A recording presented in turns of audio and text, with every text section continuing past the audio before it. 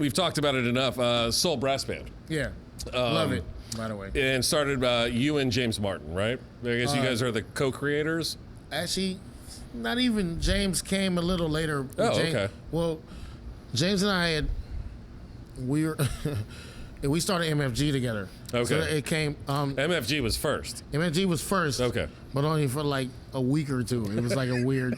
But you recorded songs. Right. James and I were on the road with Glenn David Andrews. After I was out of Kermit's band, and Glenn, who I had known since he was a kid too, needed a drummer. He needed. It was like an in between tour where he needed somebody to fill in drums while he's grooming his next dude or whatever. Yeah. Cool, I got you. I was like, I'll do it if I can room with that dude James Martin, because I just wanted to pick his brain. Because I was like, James I had met when he was in high school, because I played gigs with them actually. When I was still a young man, I played gigs with James and Shorty. And I was gonna say you're probably at least 10 years older than him, though. Huh? I think I'm 9 years older than James, Okay. 10 years older than Shorty, 12 years older than Shorty, 10 years older than James, something like that. Okay. I'm older than those guys. Yeah. But when I was still a young man, they were in high school. I played gigs with them a few times. Yeah, because he was in Orleans Avenue, right? Right, Yeah. and Mike Bass and before Pete and John Baptiste. Because I think Joey Peoples was like 13. His mom wouldn't let him play in the He's club. the youngest one in the or band. something like or that. was at least. So there was like a New Year. There was a few gigs. I played some Funky Buck gigs with them when they were.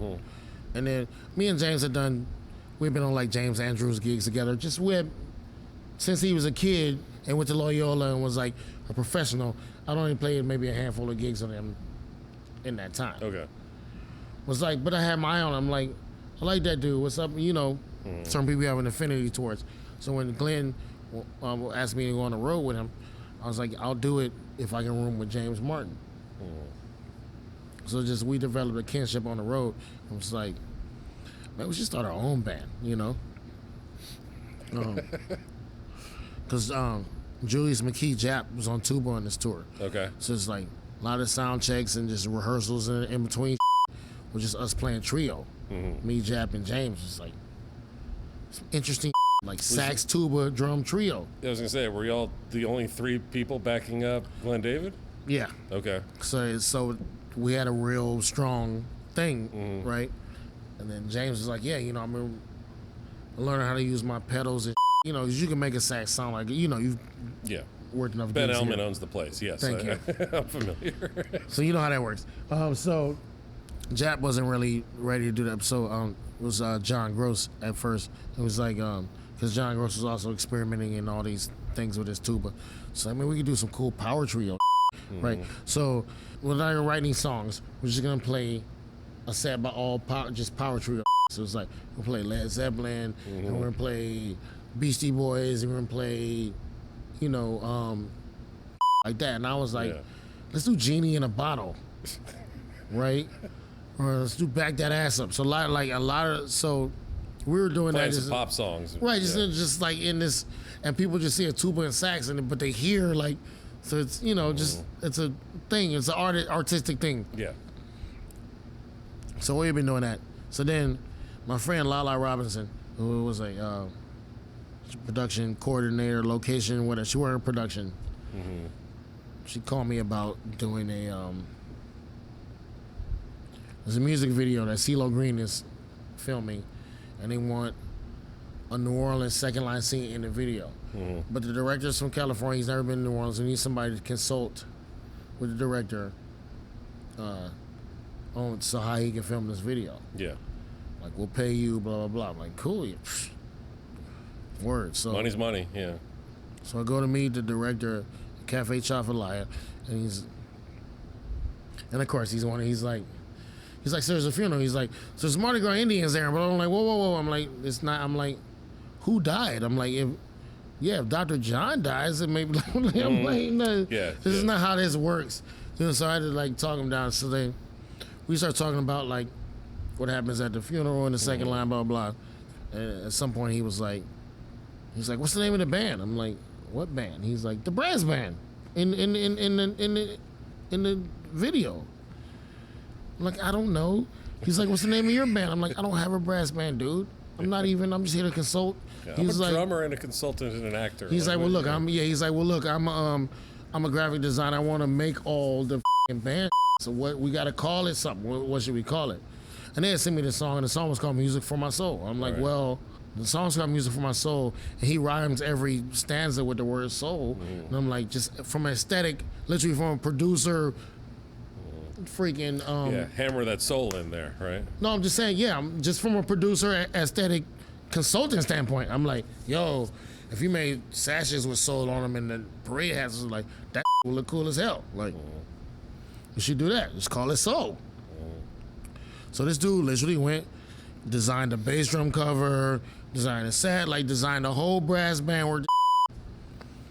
So we go to film, and I just got my homies, Kevin Lou. I don't even know who was in the first video. I think it was Kevin Lewis, Calvin Johnson, and John Gross, and then Aaron Lambert and Terrence Taplin.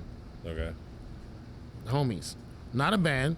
All dudes I've played with plenty, but yeah, I mean, you just have to act like you're playing. You don't have to. Yeah, it doesn't matter, and there's no brass band music in the song. No, it's just it doesn't matter what we do. So we do that. The director freaking loves it. CeeLo loves it. The director has a thank you. He's like, hey man, I designed all this. I'm giving it to you. So he gives me a bass drum cover, a soul sash, so that has everything. I'm like, brass band. I might be able to use it for something. Cool, I'll keep that. In case I get another call about a whatever. 2 weeks later, the same lady, Lala, we want you guys, Anthony Davis commercial, Nike. Yeah. What? I'm like, all right. I get Leon, I get Calvin. There's still not really a band. We're just so they're trying to be stealthy about it. We're filming a commercial on a Sunday on Royal Street, early Sunday, but. These people don't understand how French Quarter works. I'm like, everybody's out because they're going to get brunch. So everybody on the street recognizes all of us, and we're Anthony Davis. Yeah. So people are going to recognize him. Right. Yeah. Right, and there's signs that say Soul Brass Band because they just made signs he's walking down the street or in the commercial. And so people start tagging it, hashtagging. So, and then all of a sudden start my DMs are like, can your brass band play my Christmas party? I'm like, what? I don't have a... My TV brass band? But you know where Soul Brass Band's first gig was, huh? Where was that? At Tipitina's. Was it? Our first actual gig was at Tipitina's. We opened up for Red Barat.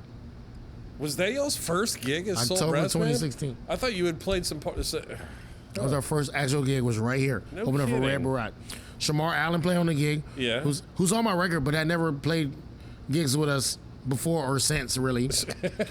And Steve Walker, I literally put a band, it was me and Aaron and James was there, but Calvin was on the gig too, I think.